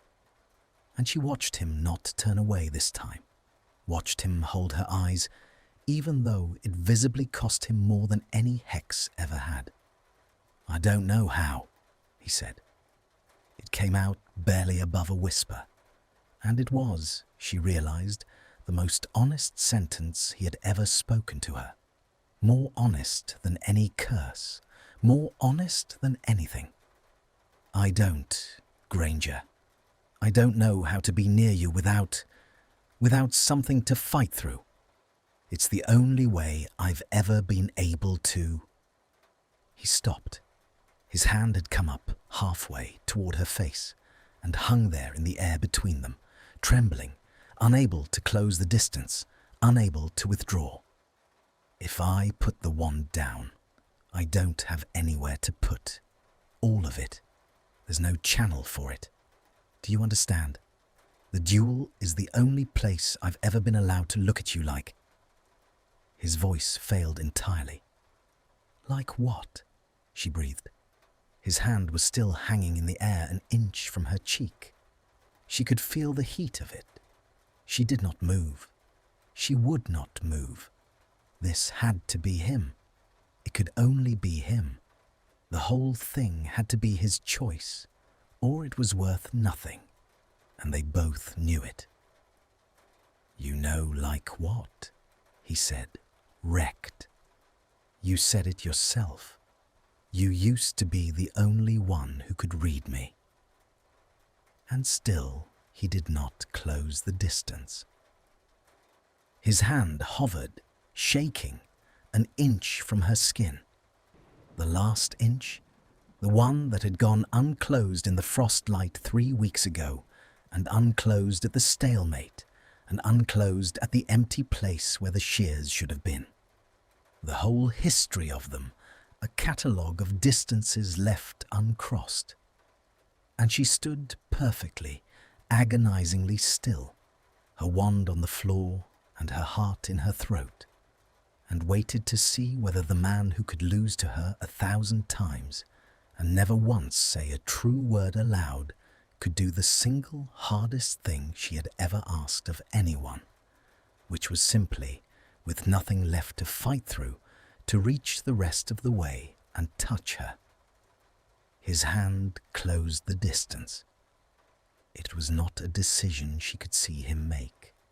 It was slower than that and stranger.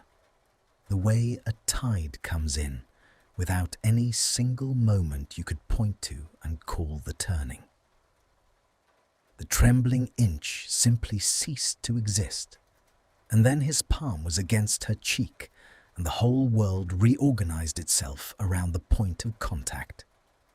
His hand was cold. That was the first thing, the thing that undid her, that after all the heat coming off him, after the duel and the fury and the wet bright eyes, his hand against her face was cold, and it was shaking, the fingers not quite steady where they curved along her jaw, the silver ring a small chill point of pressure against the hinge of it. He touched her the way she touched the wounded books, slowly, waiting, as though she might flinch, might carry the memory of burning in her and shy from his hand, and he was prepared to hold still until she decided whether to trust it. She did not flinch.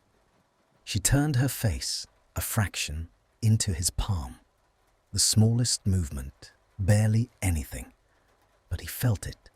She saw him feel it, saw the breath go out of him all at once as though she had struck him, and his thumb moved along her cheekbone, once unbearably light, tracing the bone as though he were reading her the way she read the warped provenance in a ledger, feeling for the truth of a thing by its shape rather than its words. Neither of them spoke.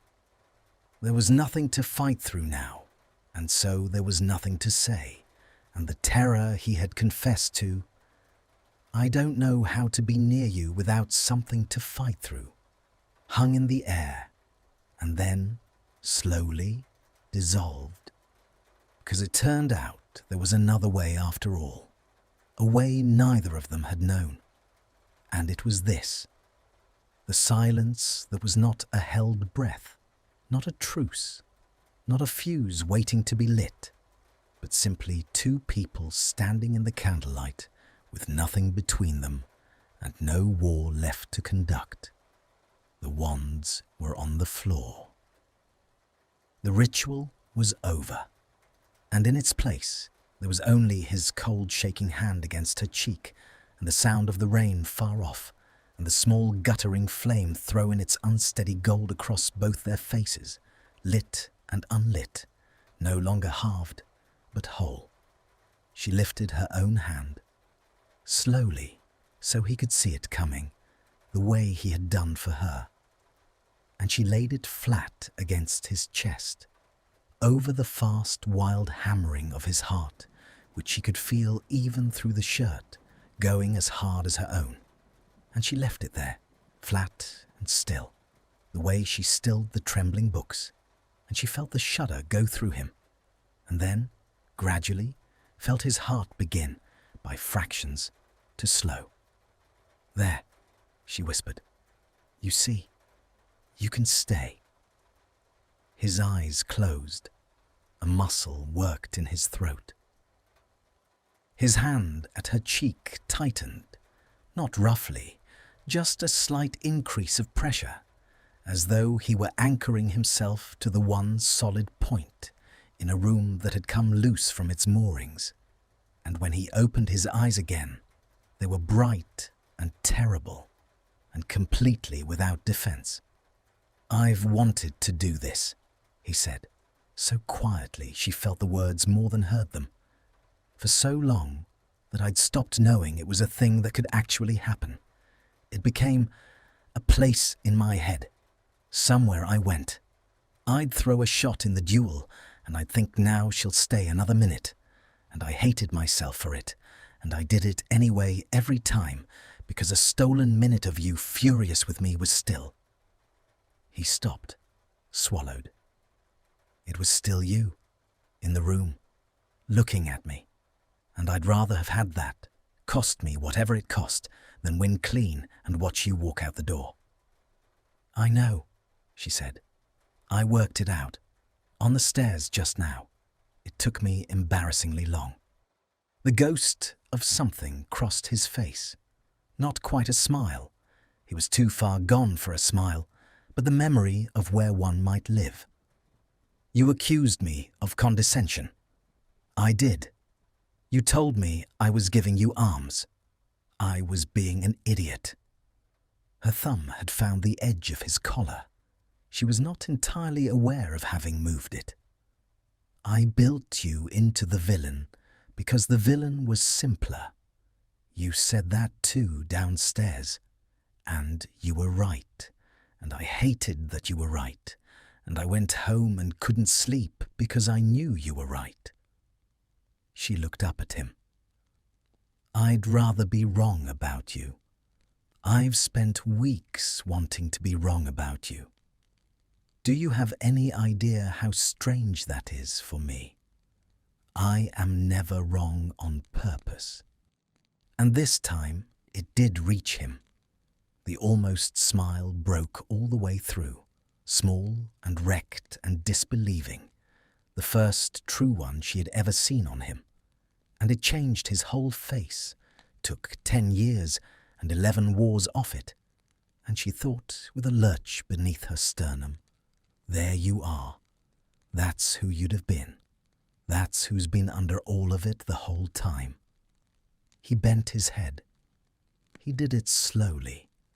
Everything tonight was slow, as though they had spent weeks moving at the speed of hexes, and now had to relearn the world at the speed of tenderness.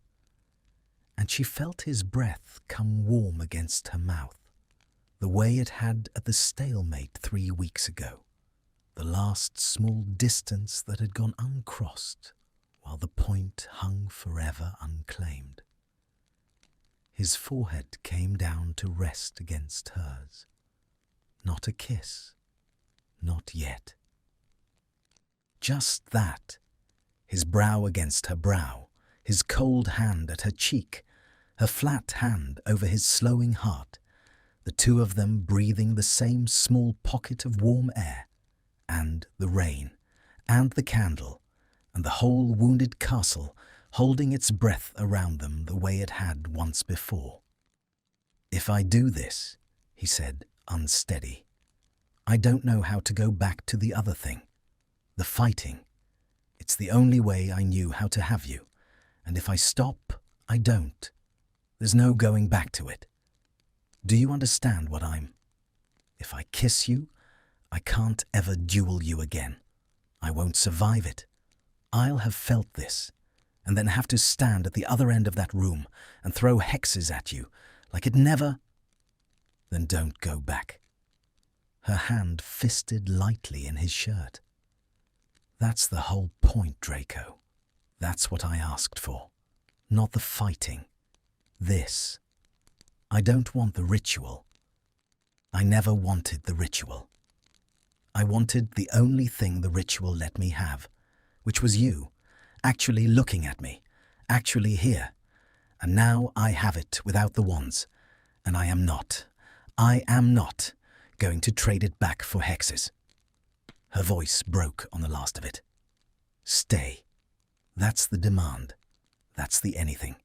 Stay and stop fighting me, and don't leave the second it's over, and kiss me, and never pick that wand up against me again as long as we both live. That's what I'd have named. Now you know."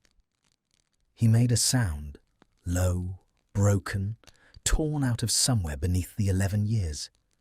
And then he closed the last distance that had ever stood between them, the final uncrossed inch that had haunted every room they'd ever shared. And he kissed her. And it was nothing like the fighting. That was the revelation of it, the thing that stopped her heart and then started it again, going twice as fast.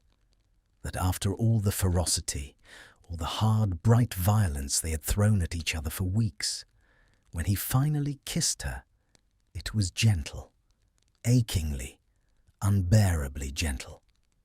His mouth moved against hers slowly, carefully, with the same waiting tenderness his hand had shown her cheek, as though she were the most fragile thing in a room full of fragile things, as though he could not quite believe she was real and was afraid that pressing too hard would prove she wasn't. His cold hand slid back into her hair. Her flat hand curled into a fist in his shirt and pulled him closer, and she felt him shudder at the pull, felt him make that low, broken sound again against her mouth. And she understood that the man who could not say a true word aloud, who had built a whole architecture of losing to speak for him, was finally saying everything, all of it, all 11 years of it, with nothing but his mouth on hers and its shaking hand in her hair, and the whole of himself, no longer hidden, no longer offered as payment, no longer laid down to be taken, but simply given, freely, the way she had asked, the way she had known he could, if he ever once let himself. She kissed him back, and it was not a surrender, and it was not a victory, because those were the words of the ritual, and the ritual was over.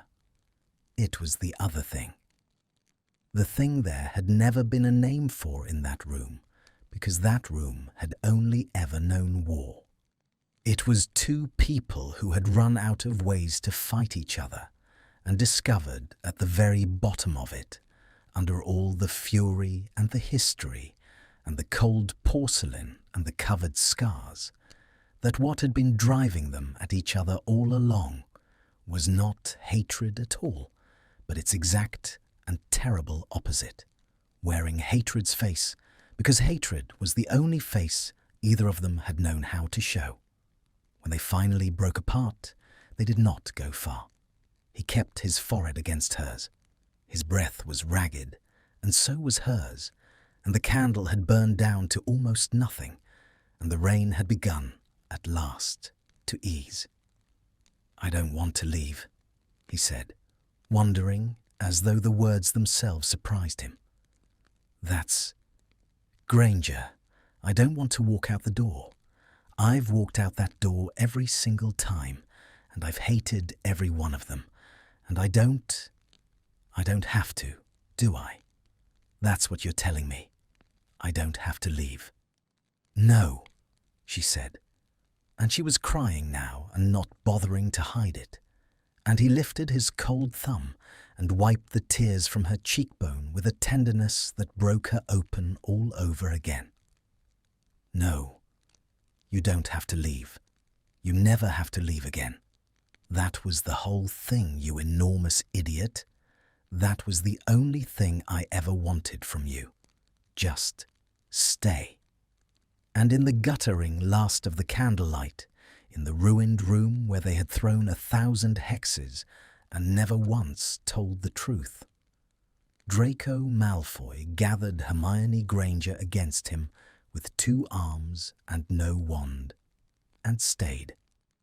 The candle went out somewhere near dawn, and neither of them noticed until the room was grey. They had not left.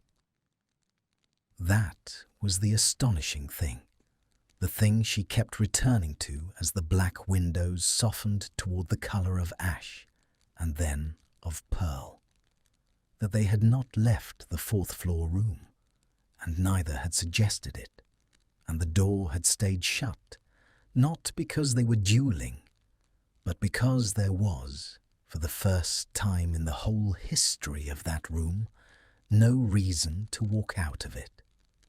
They had sunk down at some point against the wall, the scorched wall with its scorch marks like reaching hands, and she had ended up tucked into the curve of him with his arm around her and her cheek against his chest, and they had talked. That was the miracle of it. They had talked. She would not have believed it was possible. For weeks, every sentence between them had been a lit fuse. She had built her whole understanding of them on the certainty that their mouths could only ever wound. And yet, here, in the grey coming light, with the wands still lying forgotten on the floor, and his heartbeat slow and steady under her ear at last, the words came out of them and did not detonate. They came out quiet. They came out true. It turned out that the fighting had never been about the words themselves. It had been about the fear underneath them, the terror of being seen and found wanting, and once that fear had been set down alongside the wands, the words had nowhere left to turn but honest.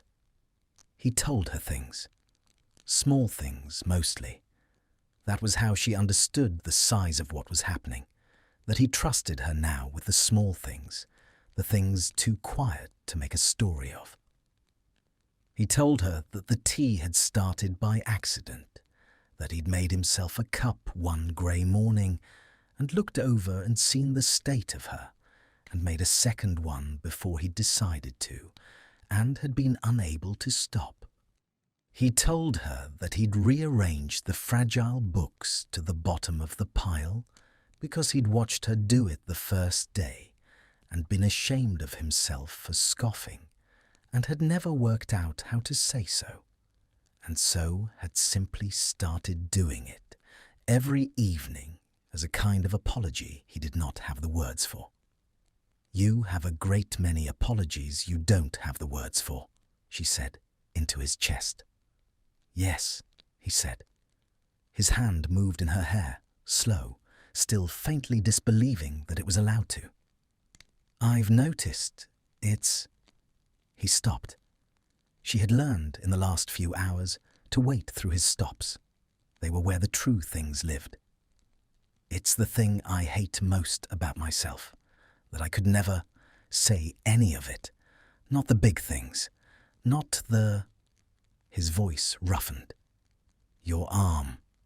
I've wanted to say something about your arm since the first day, and I've never been able to make a single word come. And every time your sleeve rides up, I want to, I don't know, take it back, undo it. And I can't, and there aren't words that would be worth anything anyway, so I just look away. And you thought that was cowardice. You said so." "I did think that." She was very still against him. "I was wrong about that too." "You weren't entirely wrong." His arm tightened around her. "It is a kind of cowardice, just not the kind you thought. I wasn't looking away because I didn't care. I was looking away because I cared so much I couldn't hold my own face still if I looked, and I'd sooner have died than let you see that. Letting you see it felt like a liberty, something I hadn't earned the right to." She lifted her head then and looked at him, at his face gone soft and open and terribly young in the pearl-grey light. And she did something she had never done, never let anyone do, not once since that house. She took his cold hand from her hair and she pushed her own sleeve up all the way past the wrist, and she laid his palm flat against the silver-white scar on the inside of her forearm, over the word carved there that she had covered from the whole world for 1.5 years. He went absolutely still. She felt the shock of it go through him, felt him understand what she was giving him, that she was handing him the very thing he had never let himself look at directly, placing it in his hand the way he had placed his fate in hers. "You didn't do this," she said quietly. "I know whose hand it was, and it wasn't yours. You were a boy in a corner of a room in the worst house in England, and you couldn't have stopped it, and you know that, and you don't believe it, and both of those things are true at once, and I'm not going to tell you. The guilt is nothing, because you'd know I was lying, and we don't lie in this room. But I am going to tell you this." Her voice did not shake now. It had gone steady and certain, the voice she used for the truest things. "You can touch it. You've earned the right to touch it. You earned it with the tea and the books and 11 days of beating me stupid because I wounded you and you were too proud to bleed where I could see. You earned it by losing on purpose, and by refusing to let me collect, and by staying tonight when staying is the hardest thing you know how to do. So, put your hand there and stop looking away. That's what I want. That's the last of the anything." His hand curled very gently around her scarred forearm. His thumb moved over the raised silver letters, once the way it had moved over her cheekbone, reading her by shape, and he did not look away. She watched him make himself not look away, watched it cost him and watched him pay it, and she understood that this was the thing that would heal them both. Not the kiss, though the kiss had opened the door. The healing was this: the staying in the room, the not looking away, the choosing over and over to remain inside the discomfort of being seen. "All right," he said. His voice was wrecked and steady at the same time. "All right." They sat a long while after that, and the light came up. Outside, beyond the high windows, the rain had spent itself in the night, and the sky over the mountains had cleared to the thin washed blue of very early morning. And the first sun came slanting into the fourth-floor room, and found the two wands lying on the scorched floor where they had been set down, and lit them, and the light on the fallen wands was the last thing the ritual would ever get to be. "We can't keep doing it," he said, following her gaze. "The dueling. You said so. I said so. If I have to stand at the other end of that room and... we're not going to." She sat up and turned to face him properly, cross-legged on the scorched stone with the sun on her face, and she took both his hands in both of hers, and there was such lightness in her chest that she felt she might float up off the floor. "That's over. All of it. The whole ritual. We don't need a proxy for the truth anymore, because we can just say it now. Look at us. We've been saying true things to each other for hours, and nothing's caught fire. It turns out we can talk after all. We just had to put the wands down first." He looked at their joined hands, then at the fallen wands, then at her, and the almost smile was there again, fuller now, more sure of itself, learning the shape of being allowed. "So, what do we do instead?" he said. "When we disagree, because we will. I feel obliged to point out that we are not, either of us, gentle people. We're going to disagree about something before lunch, probably before we've left this room." "Probably." She was grinning now, she couldn't help it. "About the catalogue entry, most likely. The acquisition date. It was 62. You were right. I checked. Don't gloat." "I never gloat. It's against the rules of the..." He stopped. And the last of it caught up with him, the enormity of what had ended and what had begun, and his face did something complicated and wonderful, and he pulled her hands to his mouth and kissed her knuckles, cold lips against her skin, an old-fashioned courtly gesture from the manners-drilled boy who lived somewhere under all of it. "We'll fight with words," he said, against her fingers, "like ordinary people, and it'll be terrible, and we'll be bad at it, and we'll get better, and when it gets to be too much..." He looked up at her. "When one of us is about to say something we can't take back, we'll stop and do this instead." "Do what?" she said. "Kiss?" "Stay," he said. "We'll stay. That's the new ritual. Whatever it is, however bad it gets, nobody walks out the door." And she felt something settle in her chest, some long-held tension finally releasing its grip, some door that had stood ajar and frightening for weeks swinging quietly, at last, all the way open. "Nobody walks out the door," she agreed. They left the room together as the castle woke around them, but they left it together, side by side, her hand in his cold hand, and that was the difference. That was everything. That was the whole distance they had travelled from the first night 3 weeks ago, when he had walked out without looking back, and left her alone with 2 racing hearts, and only one to account for.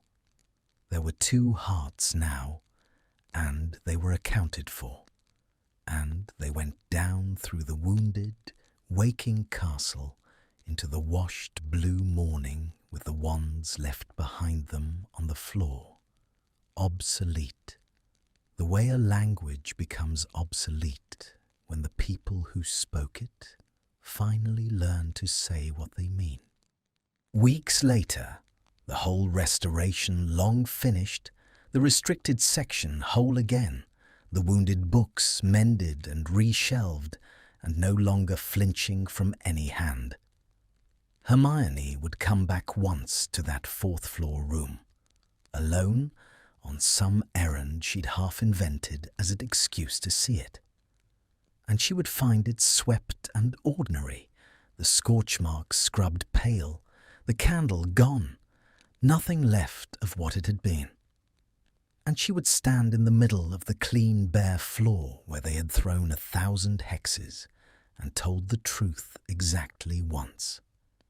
And she would think about how strange it was, how impossibly strange that the one clean, honest thing in her life had turned out to be a secret duel with the person she'd had every reason in the world to hate.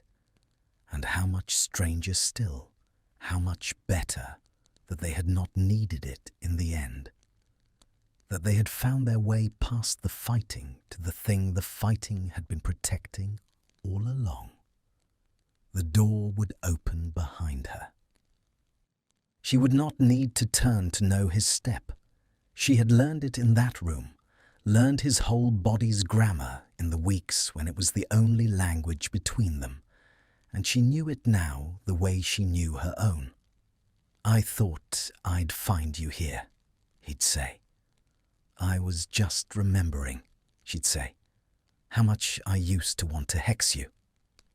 You still want to hex me. You wanted to hex me at breakfast. Constantly. It's a great trial. I've learned to channel it." And he'd cross the bare clean floor to where she stood, unhurried, no wand between them, no war left to conduct. And he would not hover this time, would not leave the last inch uncrossed, because he had learned to stay, had been learning it every day since, would go on learning it as long as they both lived. He'd take her face in both his warm hands, warm now, not cold. That had changed too, somewhere in the weeks of not walking out the door.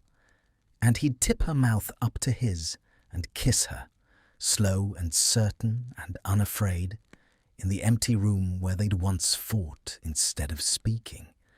And it would taste like the truest thing either of them had ever said, because it was, and because they'd finally learned to say it plainly, at last, in the oldest and simplest language there is. Історія 20. Дуель, що закінчилась в ліжку. Thank you for staying with me until the end. I want to tell you why I wrote this story. I keep thinking about one small idea.